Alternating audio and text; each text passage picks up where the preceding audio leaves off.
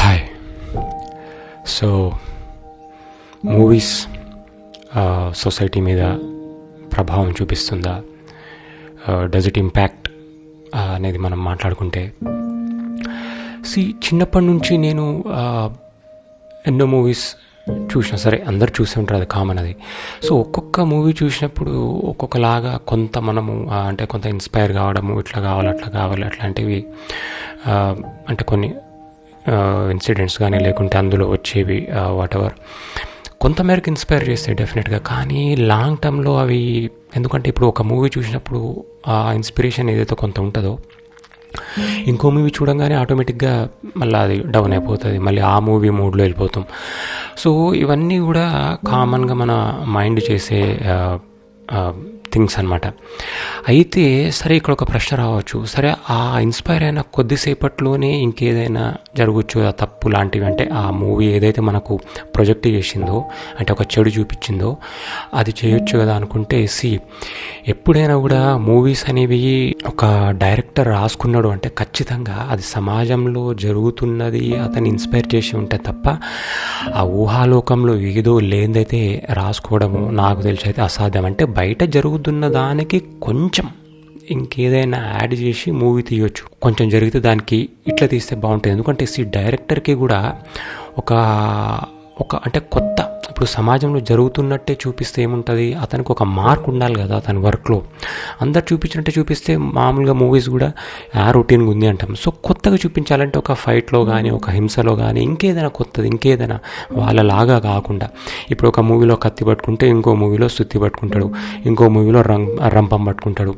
ఇవన్నీ ఏంటంటే డైరెక్టర్ ఒక వెరైటీ చూపించాలనే ఉద్దేశంతో తప్ప అవన్నీ బయట అట్లా జరుగుతాయంటే ఫీజిబిలిటీ ఉంటుంది. ఇప్పుడు బయట రంపం పట్టుకుంటారంటే అదంత ఈజీ కాదు, ఎందుకంటే మైండ్ అనేది అంత ఈజీగా, సరే ఒకటి హింస ఉంటుందా ఉండదా అంటే బయట హింస ఉంటుంది. ఇప్పుడు మూవీస్ రాకముందు కూడా యాన్షంట్లో, అంటే మనకు ప్రాచీన కాలంలో కూడా హింస రకరకాలుగా జరిగినాయి.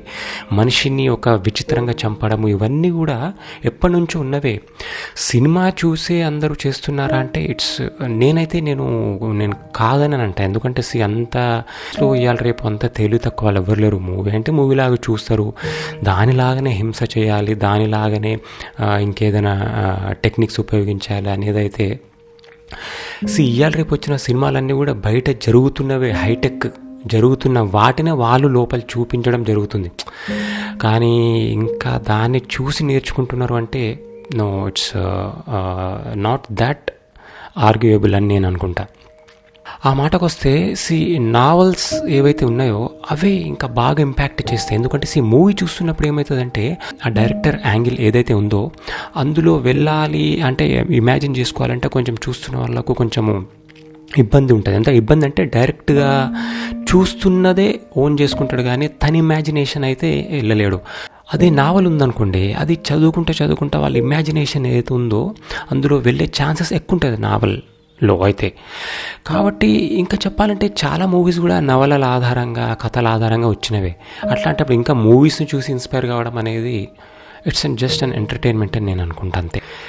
డైరెక్టర్ అనేవాడు ఎప్పుడైనా కూడా సమాజంలో బ్యాలెన్స్ ఎట్లా ఉండాలి అని ఆలోచించి తీస్తారు దాదాపు. ఎందుకంటే ఇప్పుడు మూవీ ఎండింగ్ చూడండి, మెజారిటీ మూవీస్లో డైరెక్టర్ ఎట్లా ఉన్నా అంటే బయట చెడ్డోడు ఉన్నా కూడా మూవీలో మాత్రం ఒక హీరోని, లేకపోతే శిక్ష అంటే ఒక తప్పు చేసిన వానికి శిక్ష చేయడము, ఇట్లాంటివన్నీ చూపిస్తేనే ఒక అర్థం ఉంటుందని డైరెక్టర్ అనుకుంటాడు.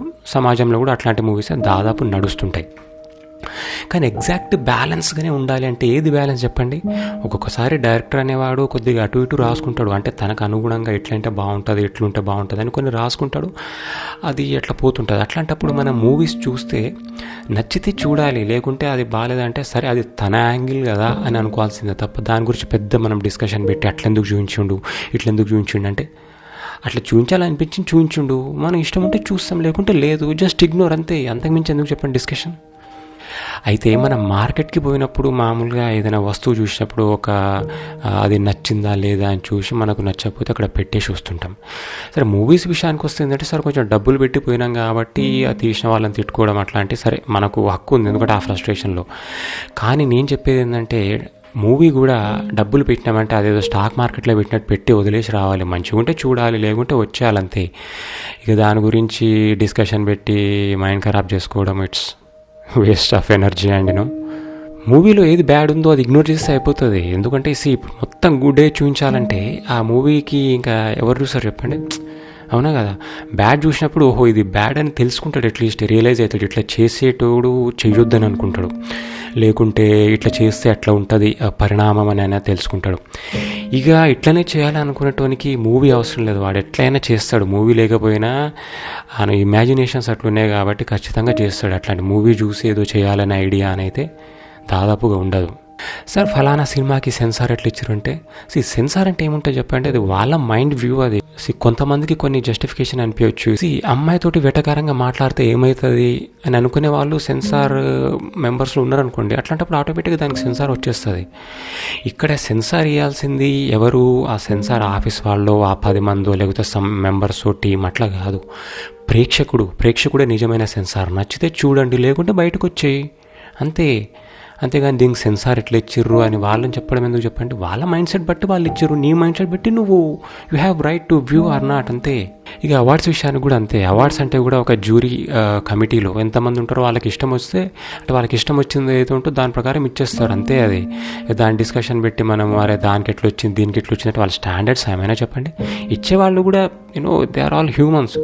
వాళ్ళకు యాంగిల్ నచ్చితే అది అట్లా మూవీ ఇచ్చేస్తుంటారు. ఇప్పుడు ఫైనల్ అయిన మూవీలో కొన్నిట్లో ఏదైతే వాళ్ళకు మనసు కొంచెం దగ్గర అనిపిస్తే ఇచ్చేస్తారు అంతే. దాన్ని మనం యాక్సెప్ట్ చేయాలి, లేకుంటే లేదు అంతే. దానికి ఎట్లా ఇచ్చారు దీనికి ఎట్లా ఇచ్చారు అంటే ఇస్తారు అంతే. అది చూడండి, సినిమాల వల్ల మారేదైతే హింస ఇవన్నీ పక్కన పెడితే బట్టలు ఫ్యాషన్ ఇవైతే కొద్దో గొప్ప మారుతాయని నేను అనుకుంటాను. ఎందుకంటే ఇప్పుడు ఫ్యాషన్ వచ్చింది ఏదైనా సినిమాలో, ఆటోమేటిక్గా అది మార్కెట్లో వచ్చేస్తుంది. వచ్చినప్పుడు ఏమవుతుంది, సరే ట్రై చేద్దాం ఒకసారి అన్నట్టు, అది కూడా ఆ ట్రెండ్ అంతవరకే. ప్రతి మనిషి కూడా నాకు ఒక స్టైల్ ఉండాలి, వాళ్ళలాగా నేను ఎందుకు కాపీ కొట్టాలని అయితే కొంచెం అయితే మనసులో ఉంటుంది. లైక్ అది ఈగో కావచ్చు, ఇంకేదైనా కావచ్చు. అట్లాంటప్పుడు టెంపరీగా ఏదో మూవీస్ చూసి ఆ బట్టలు గిట్టలు ఏదైనా తొడుక్కోవచ్చు, కానీ లైఫ్ టైం అయితే ఎవ్వరు తొడగరు. పంచ ఇష్టం ఉన్నోనికి పంచ ఇష్టం ఉంటుంది, లుంగి ఇష్టం ఉన్నోనికి లుంగి, టీ షర్ట్ ఎవరి ఇష్టం వాళ్ళదే. ఎవరిని చూసి ఎవరైతే పెద్దగా అయితే మార్పు చెందరు. అయితే సినిమా అనేది ఏంటిదంటే మనకు వచ్చిన భావనే సినిమాలో చూపించినప్పుడు మనం ఏమనుకుంటామంటే నాలాగే ఉన్నాడు రా హీరో, లేకపోతే నాలాగే ఉంది, లేకపోతే వాట్ ఎవర్ ఆ సన్నివేశం నేను ఎట్లయితే ఊహించుకున్నా అట్లనే ఉంది అని అనుకోవడానికి ఛాన్స్ ఉంటుంది. దానివల్ల కొంచెం వాళ్ళు ఇన్స్పైర్ అవుతారంటే నేను అనుకుంది కరెక్టే కావచ్చు ఇంకేదైనా అని. అయితే ఇక్కడ యాంగిల్ తీసుకుంటే చూడండి, ప్రతి మనిషి కూడా ఏదో ఒక మూవీతో రిలేట్ అవుతుంటాడు. ఎందుకంటే ఇక్కడ ఒక గ్రూప్ ఆఫ్ పీపుల్ ఒకలాగా థింక్ చేస్తారు కాబట్టి వాళ్ళకి ఆ మూవీ నచ్చడము, లేకపోతే ఆ డైరెక్టర్ వీళ్ళకు నచ్చే విధంగా తీయడము, ఇట్లాంటివి జరుగుతుంటాయి. అంటే ఇక్కడ ఏంది, ఆ సినిమా ఉన్నా లేకున్నా ఆ కేటగిరీ ఆఫ్ పీపుల్ అట్లనే థింక్ చేస్తున్నారు అన్నట్టు బయట కూడా.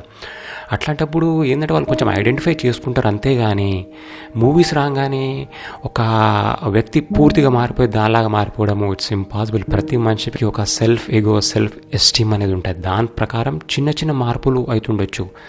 అసూయ ఇవన్నీ కూడా అతను ఆటోమేటిక్గా పెంచుకుంటాడు, కానీ సినిమా చూసి అయితే అసూయ, ప్రేమ ఇట్లాంటివి ఉండదు. హింస అనేది కూడా వాళ్ళ మనసులో వచ్చిన ప్రకారమే చేసుకుంటా పోతారు అంతే. అది అమ్మాయిలు అబ్బాయిలు మాట్లాడుకునేవి ఈ విధానాలన్నీ కూడా సినిమాల కంటే బయటనే కామన్గా జరుగుతుంటాయి. ఆ జరిగిన దాన్ని ఇన్స్పైర్ అయ్యి ఇప్పుడు ఎక్కడో ఒక దగ్గర జరిగిందనుకోండి, దాన్ని చూసి ఇన్స్పైర్ అయ్యి డైరెక్టర్ రాసుకున్నాను అనుకోండి, మేబీ తన లవ్ స్టోరీనా కావచ్చు, ఇంకేదైనా కావచ్చు, వాళ్ళ స్టోరీ అది చెప్పిన తర్వాత ఇంకొంతమంది ఇది బాగుంది ఇట్లా ట్రై చేయొచ్చు అని అనుకుంటారు తప్ప ఒక డైరెక్టర్ అనేవాడు సొంతంగా అయితే పెద్ద ఏదో అంతరిక్షంలో ఆలోచించి అయితే పెద్ద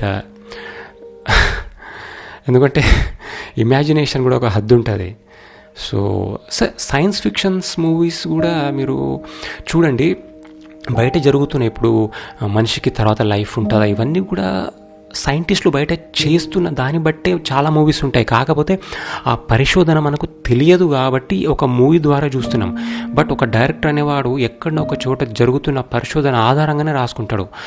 ఇప్పుడు ఒక జురాసిక్ పార్క్ తీసుకున్నా కూడా అది ఒక మైకెల్ క్రిస్టన్ అనుకుంటా, అంత నాకు ఐడియా లేదు, మేబీ అతను రాసిన నవల ఆధారంగానే వచ్చిందని నేను విన్నా. బట్ సో ఇవన్నీ కూడా ఏదైనా కూడా ఒక నవల, ఇప్పుడు టైటానిక్ తీసుకున్నా కూడా ఒక జరిగిన సంఘటన ఆధారంగానే అది తీసిరు తప్ప, మరి అట్లాంటప్పుడు అది చూసి టైటానిక్ మూవీలో ఉన్నట్టు లవ్ చేసుకోవాలా అంటే అది ఆల్రెడీ ఉంది, నువ్వు దాని లెక్క చేసుకుంటే లేదా అనేది నీ ఇష్టం అది.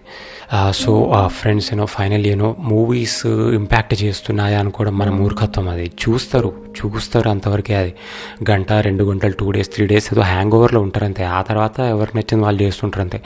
కాకపోతే మూవీస్ అనేవి ఏంటంటే కొంచెం ఒక ఐడెంటిఫై చేసుకోవడానికి ఇట్స్ లైక్ అ మీడియం అని అనుకోవాలి అంతే, కానీ nothing more than that. Yeah, thank you.